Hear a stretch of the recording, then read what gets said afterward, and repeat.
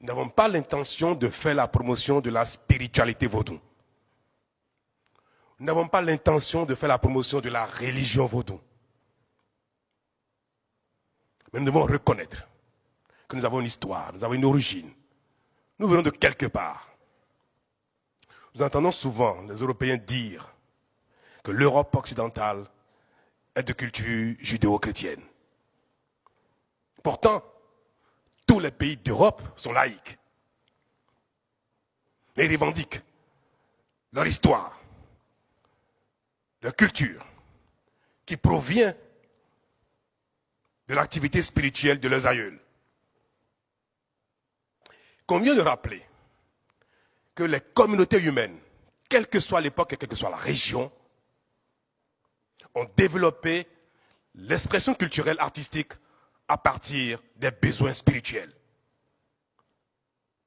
Que ce soit en Asie, en Europe, en Amérique, quelle que soit l'époque, quand l'homme a créé Dieu, excusez-moi le terme, quand l'homme a créé les dieux, quand l'homme a créé sa pratique spirituelle, a trouvé nécessaire de donner une explication à ces mystères, donc a découvert le surnaturel, a découvert Dieu. Les hommes ont eu besoin d'honorer Dieu, d'honorer leur divinité. Et c'est par là que sont nées la plupart des expressions culturelles artistiques. Il faut le savoir. Et il faut avoir le courage de dire, mais nous provenons d'où?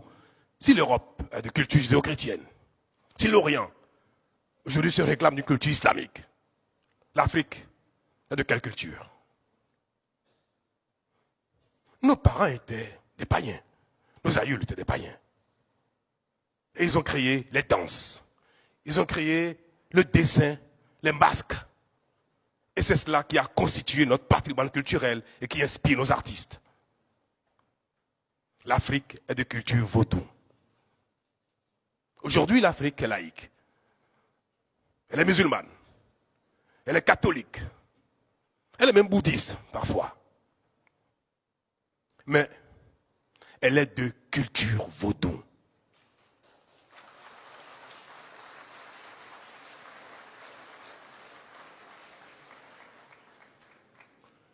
Nous allons commercialiser nos valeurs culturelles. Nous allons révéler au monde ce patrimoine si riche, si intense, si beau. Le monde aura du plaisir à le découvrir. Allez s'asseoir dans une arène pour regarder les galets danser n'a rien de spirituel.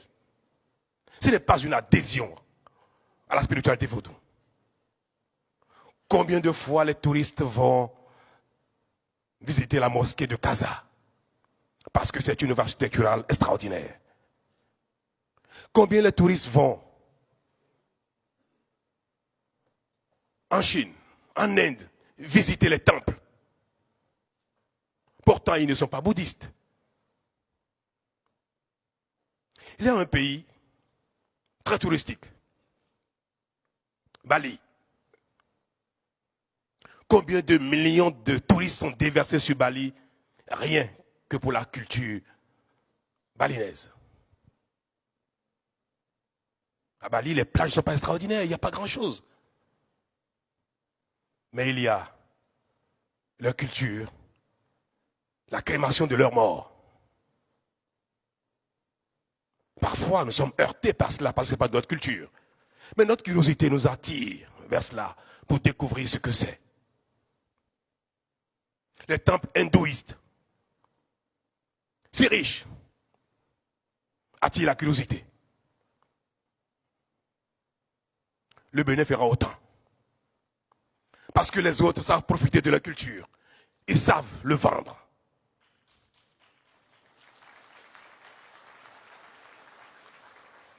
Les autres n'ont pas de complexe. Ils savent la vendre. Nous aussi, nous allons être décomplexés. Et nous allons vendre au monde entier ce que nous avons. Nous allons investir massivement pour révéler au monde ce que nous avons de particulier. Et en cela,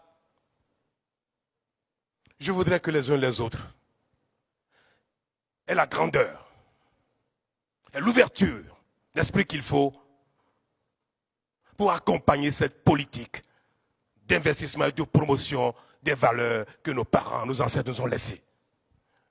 Leurs valeurs culturelles, la manière dont ils dansaient, la manière dont ils faisaient parfois cet aimer pour les rituels. Vous savez, les Brésiliens, aujourd'hui, commercialisent au plan touristique des mets qui étaient les seules façons de manger de leurs aïeuls esclaves. Mais c'est devenu pour eux un patrimoine culinaire.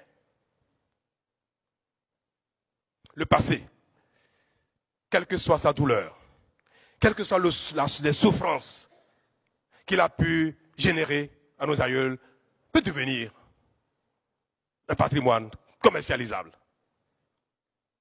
L'esclavage. Combien nos aïeuls ont souffert de cela? Mais on ne va pas regarder derrière, nous ne sommes pas dans la revendication. Mais nous allons matérialiser au Bénin. Nous allons réinventer les reliques de l'esclavage parce que c'est l'histoire de l'homme, c'est l'histoire de l'humanité. Et nous allons créer cet espace dans lequel on va revivre ce qu'était l'esclavage il y a 200, 300 ans.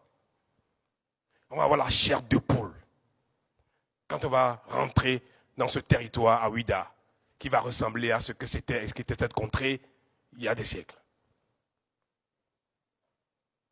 C'est tout simplement cela, l'identification de ce qui fait l'histoire de notre pays, l'histoire de notre communauté. Et si nous sommes capables d'en faire un patrimoine, nous y gagnerons. Merci, je tenais à le préciser.